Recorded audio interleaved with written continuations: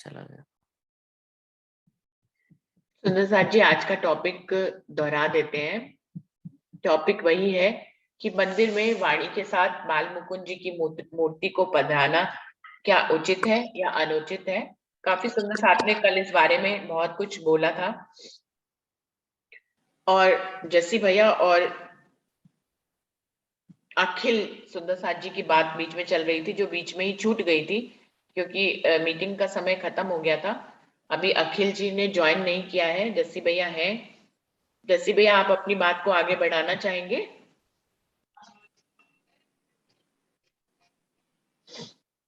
सभी सुंदर साथ जी को प्रणाम जी। प्रणाम जी। प्रणाम जी।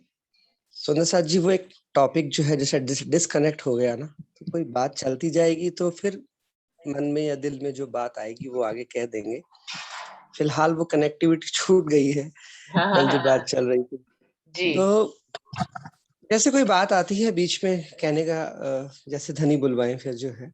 अभी फिलहाल आप किसी और से पूछे, कुछ बताना चाहेंगे कोई और तो? जी बिल्कुल। मैं अरविंद भाई जी को बुलाना चाहूंगी। अरविंद भाई जी, आप इस विषय पे कुछ कहना चाहेंगे?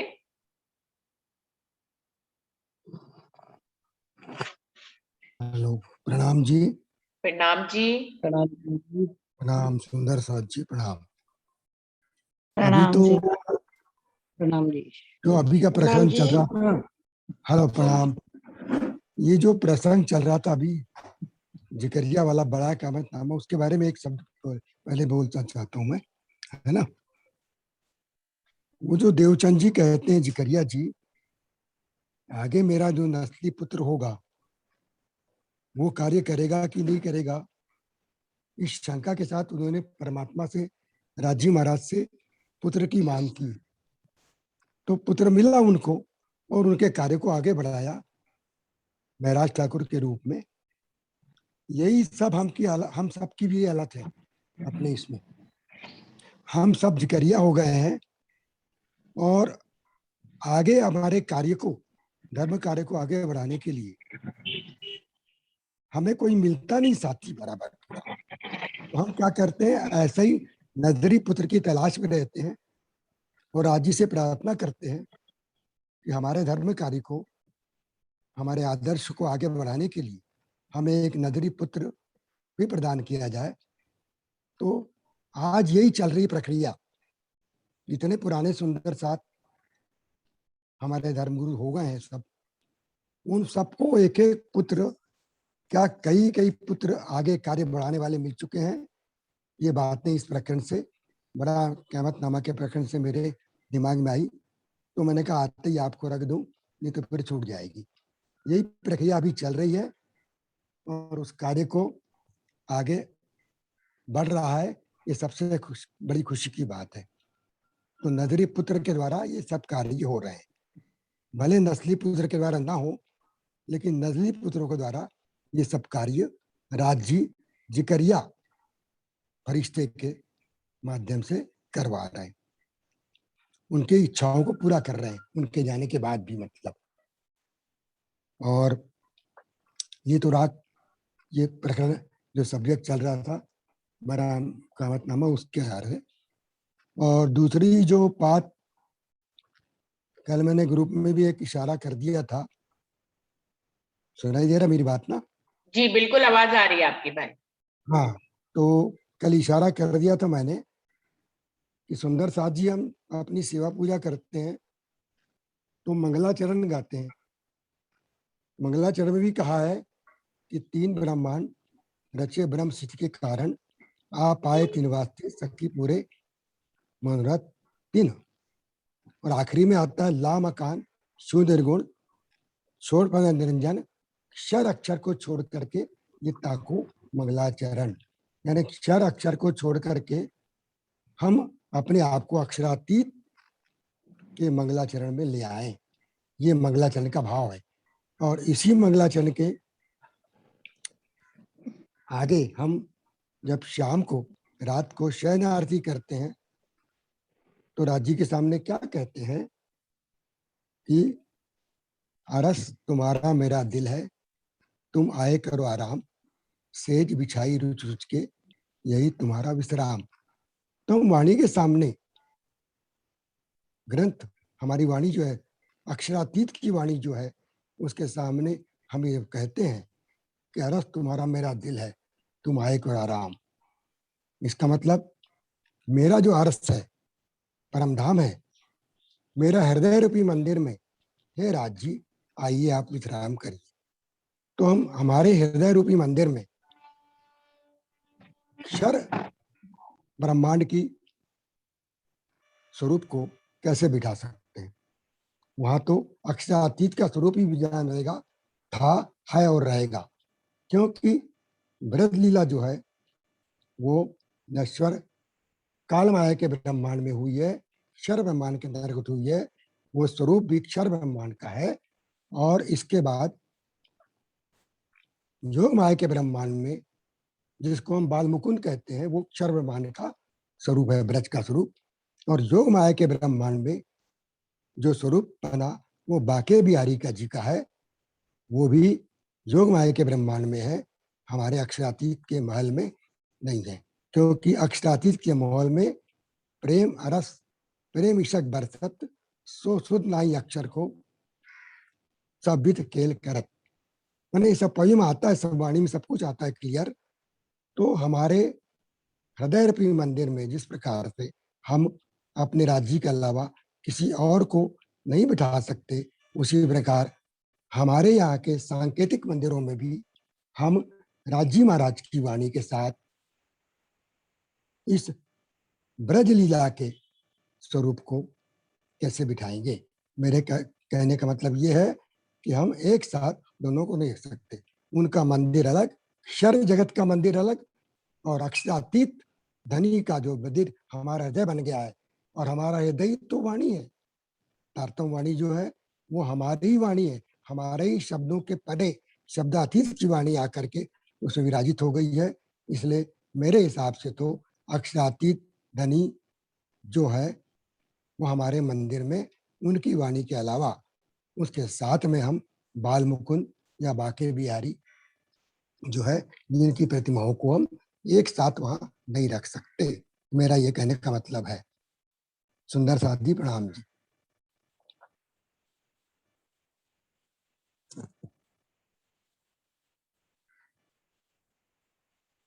कुछ पॉइंट क्लियर हुआ क्या मेरे से? हेलो ऋषि जी, आपका माइक, ऋषि जी आपका माइक। आवाज नहीं आ रही, आवाज आ रही है दादा जी ना? सॉरी, आवाज मेरे आ रही बीच में ट्रेन निकली थी तो मैंने माइक बंद कर दिया, उसको खोलना भूल गई हाँ थी। हाँ हाँ हाँ हाँ। अच्छा मैं अच्छा। ये कह रही थी, अरविंद भाई जी ने अपनी बात पूरी कह ली है और मंदिर में नहीं पधराना चाहिए बाल मुकुंद जी को। अखिल जी ने ज्वाइन किया है। अखिल जी, आप कुछ कहना चाहेंगे इस विषय में? क्योंकि कल आपकी बात अधूरी रह गई थी, तो आप अगर कुछ कहना चाहें तो जरूर बताएं।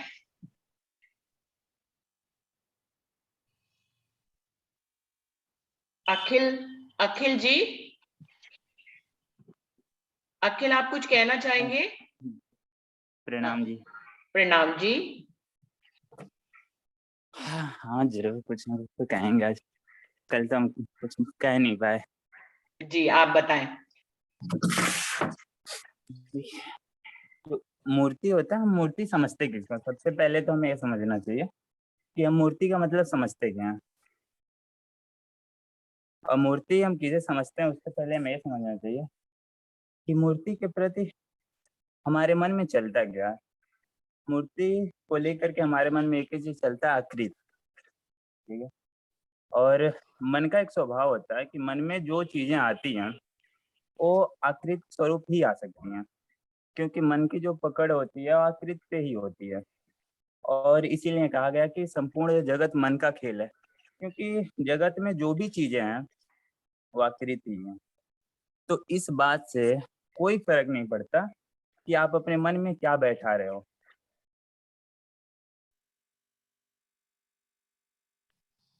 अखिल, आपकी आवाज आना बंद हो गई है।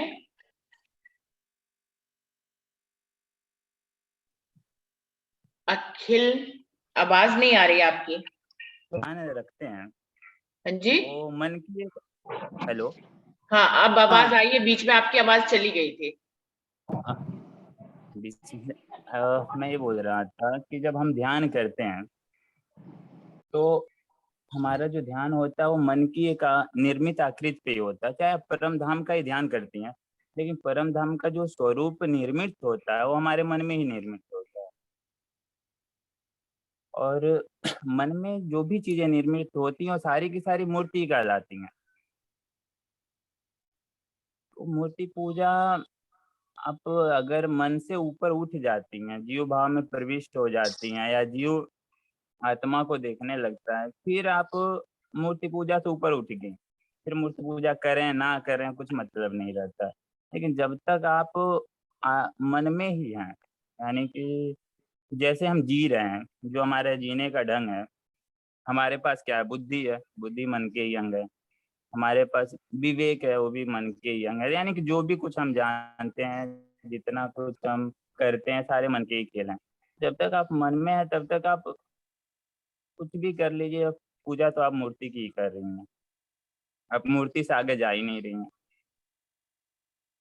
इसीलिए तो ध्यान बताया गया कि ध्यान करो, मूर्ति पूजा छोड़ो। क्योंकि ध्यान में जब हम किसी चीज पे फोकस करते हैं तो मन का एक स्वभाव होता है कि जब हम किसी चीज पे फोकस करते हैं ना, तो या तो मन सो जाएगा या तो मन मिट जाएगा। दो ही चीज होता है किसी चीज पे जब हम फोकस करते हैं। तो जब हम ध्यान करते हैं तो कई कई लोगों को नींद आने लगती है, और नींद इसीलिए आता है क्योंकि मन सो जाता है। मन को मिटने से अच्छा है सो जाए, वो ये सोचता है। लेकिन जो लोग मन जागृत अवस्था में रह पाते हैं, वो धीरे धीरे उनका मन मिट जाता है। मन मिट जाता है तो जीव भाव जागृत हो जाता है। जब जीव जागृत होता है तो आत्मा को देख लेता है कि मैं क्या हूँ। फिर उसके अंदर जो मैं खुद ही मिटती है, तो है ना वाणी में अपना वो कि मैं खुद ही मिटे तो बाकी रहा खुदा, ऐसा वाला। तो फिर उसको पता चलता है असलियत क्या है, मैं क्या कर रहा हूँ और क्या मुझे होना चाहिए और क्या मैं हूँ। जी अखिल जी, आप आपके कहने का मतलब सुंदर साथ समझ गए हैं। अभी कोई अखिल जी को कुछ उसके में कहना चाहेंगे कि जो उन्होंने कहा है वो किसको कैसे समझ में आया है, या सुंदर साथ कैसे ले रहे हैं उनकी इस बात को? कोई सुंदर साथ कुछ कहना चाहेंगे? उनके भाव ये है कि प्रणाम जी, कि मन में जब तक मन में हो आप, तब तक वो मूर्ति रूप में है, और जब ऊपर उठोगे मन से तब आप आत्मा के रूप में हो जाओगे, तब जीव जागृत हो जाएगा, तब आप मैं खुद ही हटके और खुदा को देखोगे। इसी स्टाइल से क्लियर करा है उन्होंने। हाँ, सही उन्होंने ये कहा है कि मूर्ति चाहे आपकी नजरों के सामने हो या आपके मन में हो, आप अगर मन से ऊपर नहीं उठे तो मूर्ति चाहे सामने हो या आपके मन में हो, आप उससे ऊपर उठ ही नहीं पाए हैं। लेकिन उठ जब ही नहीं आप पा मन के ऊपर उठ जाते हैं तो मूर्ति अपने आप ही मिट जाती है, चाहे वो जायरी में आपके सामने रखी ही हो, लेकिन आप मूर्ति से ऊपर उठ चुके होते हैं। ये आत्मा उनका, भाव में आ जाते हैं। हाँ, ये उनका भाव है बताने का। अखिल जी, मैं सही शब्दों में कह रही हूँ बात को? जी जी जी जी, बिल्कुल बिल्कुल, आप अच्छे से एक्सप्लेन कर रही हैं। जी, तो अभी उन्होंने अपने ढंग से इस भाव को कहा, और मैं डॉली दीदी को बुलाना चाहूंगी, आप अपने शब्दों में कुछ बताएं।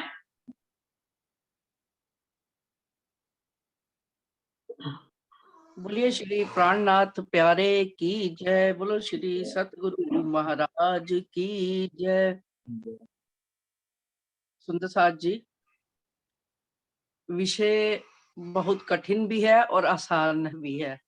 कि हम ऐसा ना सोचें कि हम जो भी कह रहे हैं कि हम वो निर्णय कर रहे हैं, क्योंकि हम सब अपने अपने केवल विचार ही दे रहे हैं। तो अभी तक जो विचार सामने आया है कि हमें मूर्ति वैसे जो सत्य के आधार पर है कि राजी महाराज के साथ अरविंद भाई जी ने भी कहा कि मंदिर में नहीं पधरानी चाहिए। बिल्कुल सही बात कही है उन्होंने। तो मैं थोड़ा सा और इसको विस्तार में क्या ये बताना चाहती हूँ कि देखिए, हमें नहीं पधरानी चाहिए, किंतु संसार के लोगों के लिए मूर्ति का बहुत महत्व है। उनको तो पत्थर की भी अगर मूर्ति बना लेते हैं ना, अगर विश्वास के साथ पूजते हैं, तो उसमें भी यहाँ के देवी देवता प्रकट हो जाते हैं, प्रकट रूप से, अर्थात भले ही वो सामने पत्थर के मूर्ति की पूजा कर रहे हैं, लेकिन वो असल में उसी देवता की पूजा कर रहे होते हैं। और सच्चे भाव से जब करते हैं तो ऐसी बहुत सी हमने दंत कथाएं सुन रखी हैं। जैसे धन्ना भगत है, धन्ना भगत को पत्थर में से ही मिल गए, वो आके कृष्ण भगवान बालक रूप में उनके गाय चराने भी चले जाते थे, उनका सारा कार्य भी कर देते थे। तो इसको हम नकार नहीं सकते कि मूर्ति पूजा का कोई महत्व नहीं है। हाँ, हम अपनी स्टेज को कहाँ तक ले गए हैं हमें ये देखना है, और उसके आधार पर ही हमें विचार करना है। जैसे अब यहाँ पे तो ये भी कहा, जब भक्त प्रहलाद को वो मारने लगे तो यहाँ के जब देवी देवता खंबे में से एक स्तंभ था, उसमें से प्रकट होकर उन्होंने उसकी रक्षा की।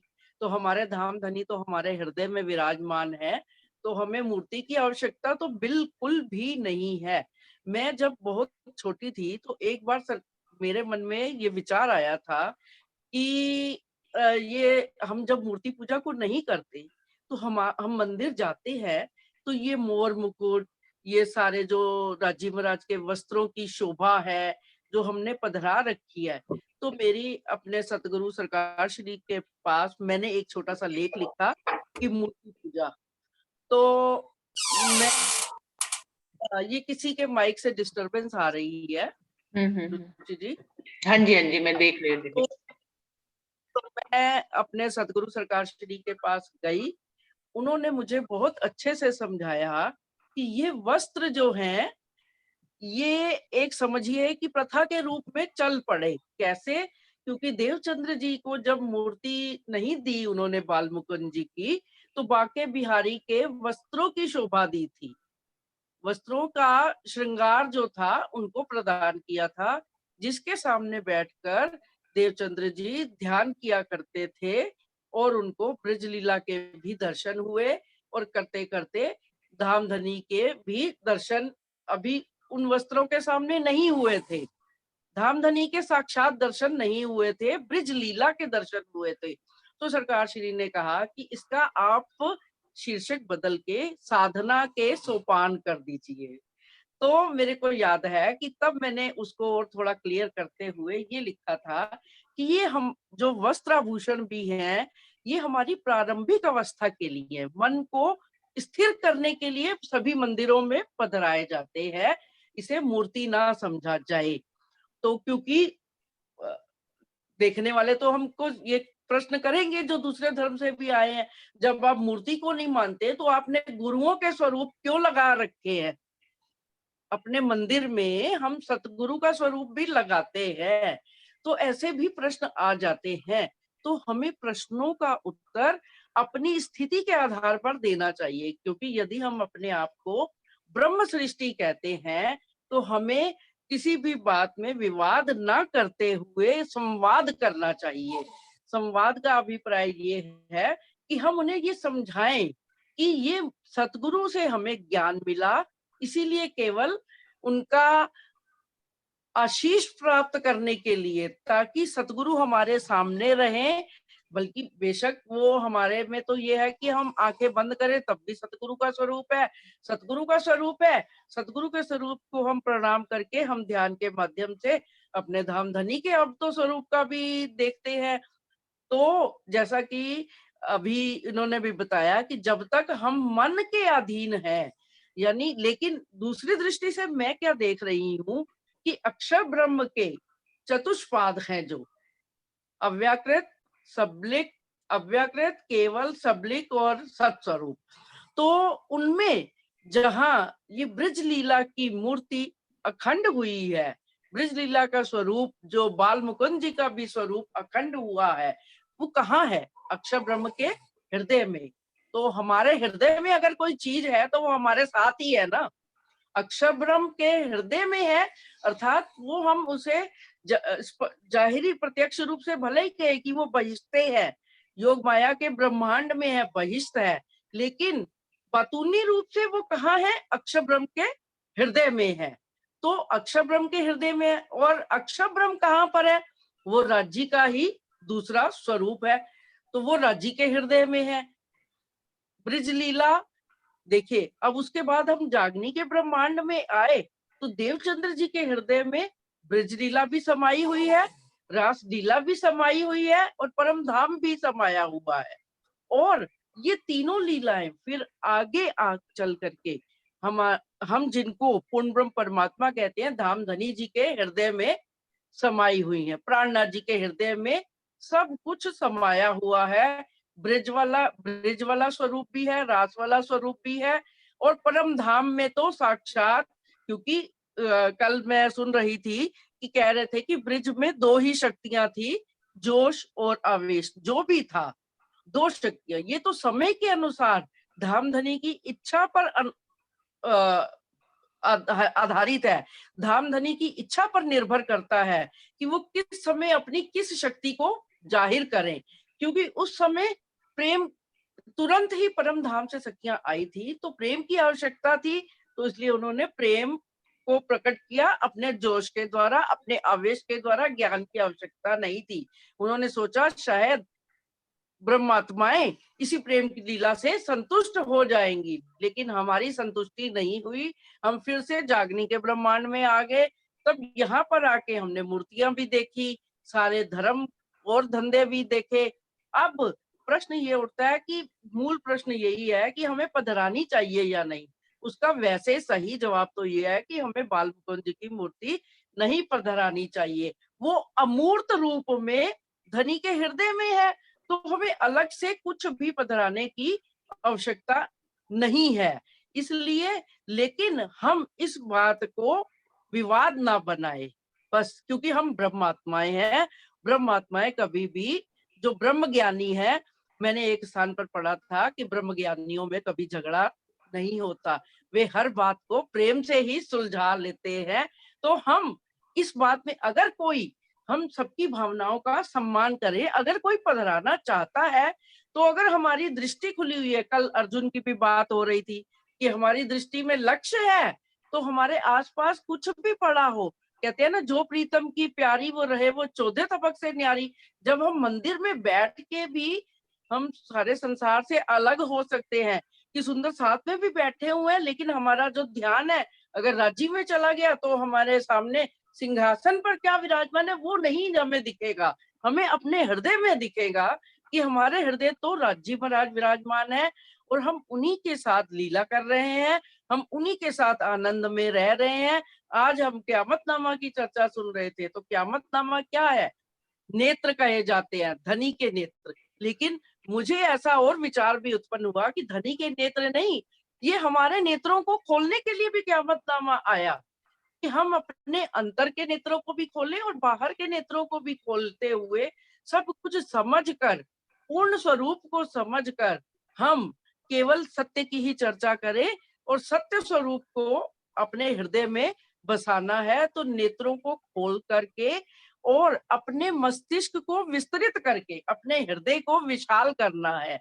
अगर कोई हमारे साथी अगर पधरा भी रहे हैं तो हमें उनसे भी झगड़ा नहीं करना, तो लेकिन बस हमें अपनी स्थिति को ऊपर बनाना है ना। हमने दूसरों की स्थिति को, किसी को हम जबरदस्ती मनवा नहीं सकते। हम ऐसे संसार में हैं क्योंकि, और देश भी हमारा क्या है, लोकतांत्रिक है, तो हर किसी को आजादी है अपने हिसाब से करने की। चाहे कोई कुछ भी पधराए, चाहे जैसे भी करे, वो उनकी रहनी है, वो उनकी करनी है।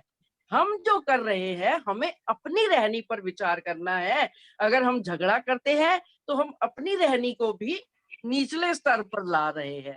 इसलिए इन बातों से ऊपर उठकर हमें केवल अपने लक्ष्य की ओर ध्यान करना है। जिस तरह कौरव इतने थे, 100 अर्जुन, पांडव भी, और भी पांडवों में भी सबने प्रयास किया था तीर लगाने का, लेकिन अर्जुन को ही केवल आंख दिखाई दी, पेड़ पत्ते भी नहीं दिखाई दिए, कुछ भी नहीं दिखाई दिया। तो हमारे सामने अगर बाल मुकुंद जी की मूर्ति पड़ी भी है या नहीं भी पड़ी है, हमें इससे कोई फर्क नहीं पड़ना चाहिए। अगर हम अपने आप को ब्रह्म सृष्टि कहते हैं, मेरा ये मानना है, क्योंकि ब्रह्म सृष्टियों की रहनी क्या है, वो तो कभी किसी का दिल नहीं दुखाती, किसी को कुछ भी नहीं कहती, शांत रहती है, प्रेम मगन रहती है। और धनी की ही बात करती है, धनी को ही खोजती रहती है।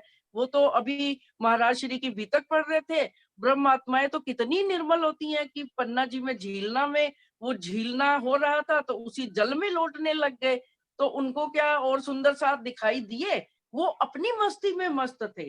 तो हमें भी क्या करना है, अपनी मस्ती में मस्त रहना है। अगर हमें आनंद लेना है, आनंद तो हमारे भीतर है।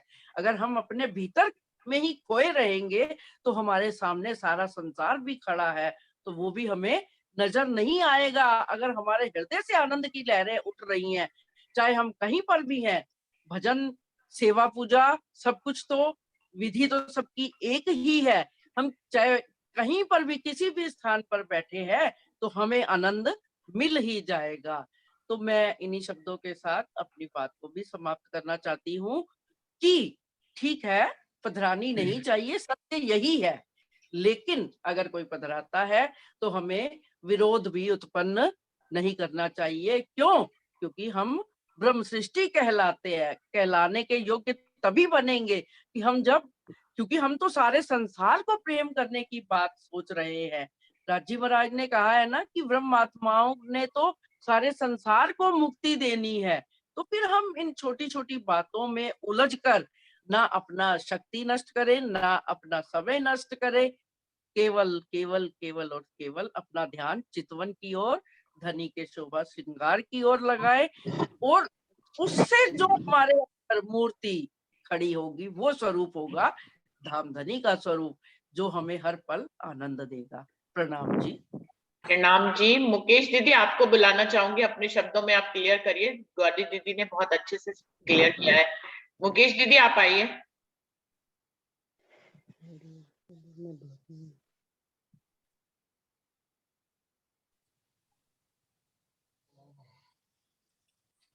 मुकेश दीदी, कल जस्सी भैया की बात अधूरी रह गई थी दीदी। प्रणाम मैंने जी। जस्सी भैया को बुलाया था। जस्सी भैया आप कुछ कहना चाहेंगे अभी? जी प्रणाम जी सुंदर साथ जी। प्रणाम जी। सिर्फ जो दीदी ने अभी बताया, डॉली दीदी ने, वो उस बात में कंप्लीट मैसेज है, पूरा मैसेज है उसमें।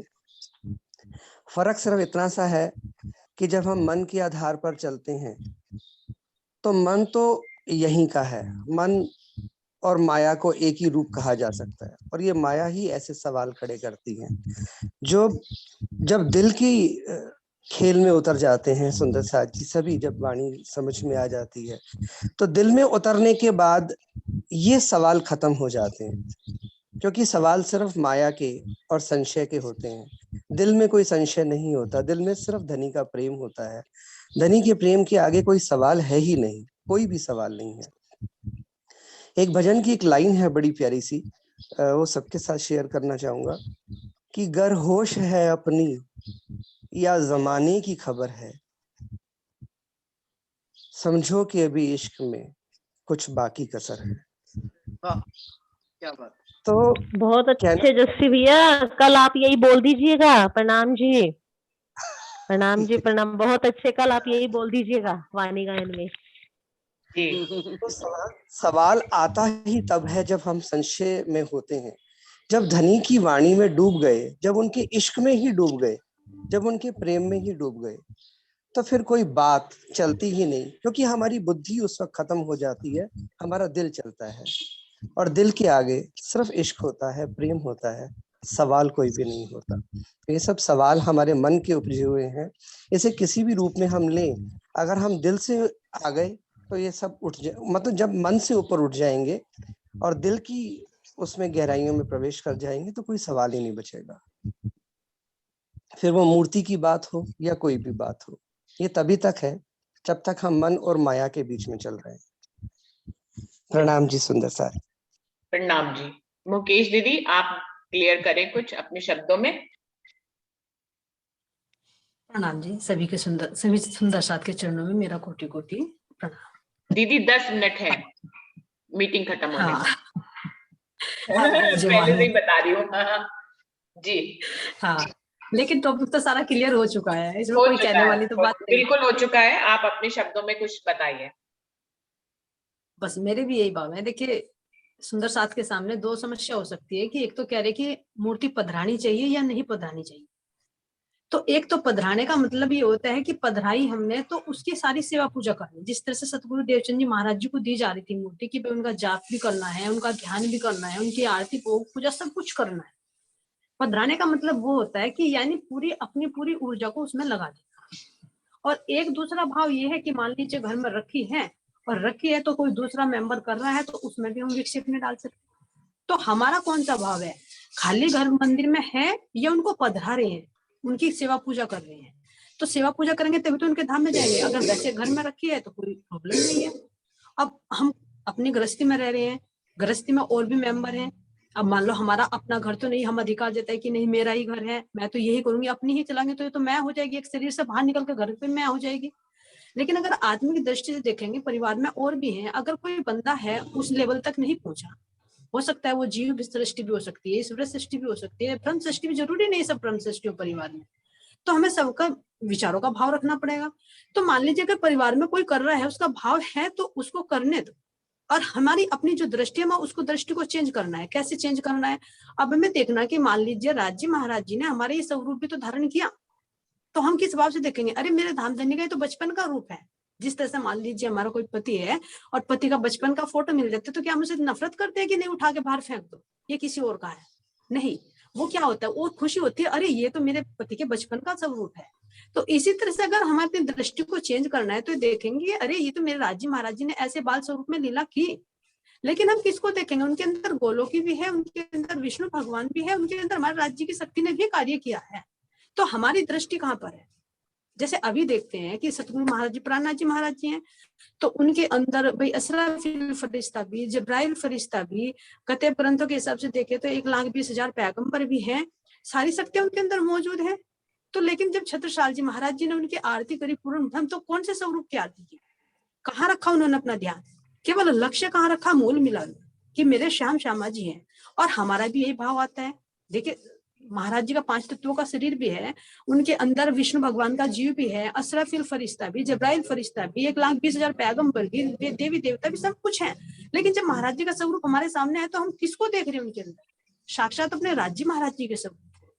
तो अगर मंदिर में है तो हमें अपना दृष्टिकोण बदलना है। ईर्ष्या द्वेष के भाव से ये नहीं करना कि उसको उठाओ उसको फेंको, नहीं।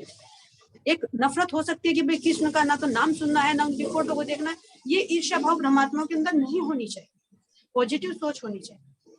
तो अगर है तो रहने दो, कोई प्रॉब्लम नहीं, अपना दृष्टिकोण बदल, अपने आप को बदलना है, संसार को नहीं बदल सकते।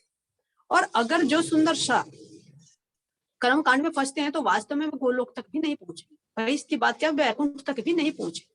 क्योंकि जब तक विष्णु भगवान श्री कृष्ण जी के तीनों रूपों का नहीं पता, तो चाहे तुम बाल मुकुंद की आरती को लेकर, फोटो को लेकर कितनी ही सेवा पूजा कर लो, हर पल उसे हाथ में उठाए फिरो, सब कुछ नहलाना धुलाना सब कुछ करो, लेकिन जब तक उनके तत्व को नहीं जानोगे तो तुम वैकुंठ में भी विष्णु भगवान की चेतना तक भी नहीं पहुंचोगे। गोलोक की बात तो, अखंड की बात तो दूर की, बिना वास्तविकता को जाने नहीं पहुंच सकते बहिष्ठ में।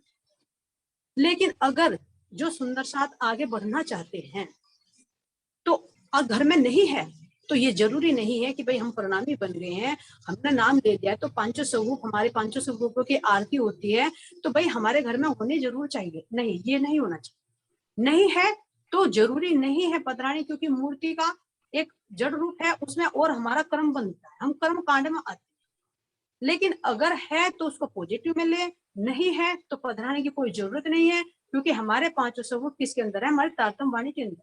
अगर ब्रज वाले स्वरूप को देखना है तो सारी गोलोक की लीला, अखंड गोलोक की लीला, सारी ब्रज लीला हमारी वाणी के अंदर। बांके बिहारी के दर्शन करने हैं तो पूरी रास ग्रंथ के अंदर रास लीला का वर्णन। मोहम्मद साहब के दर्शन करने हैं तो सनद ग्रंथ है, खुलासा ग्रंथ है, पूरी कुरान का वर्णन इसके अंदर है, मोहम्मद साहब की वास्तविकता का, अब सब मोहम्मद कहाँ है। और अगर हमें धन देवचंद जी महाराज जी की हकीकत का ज्ञान लेना तो पूरी अक्षर ब्रह्म की और राज्य महाराज जी के जो मार्फत की इश्क की वास्तविकता को देखना है तो वो भी इस सागर श्रृंगार के अंदर।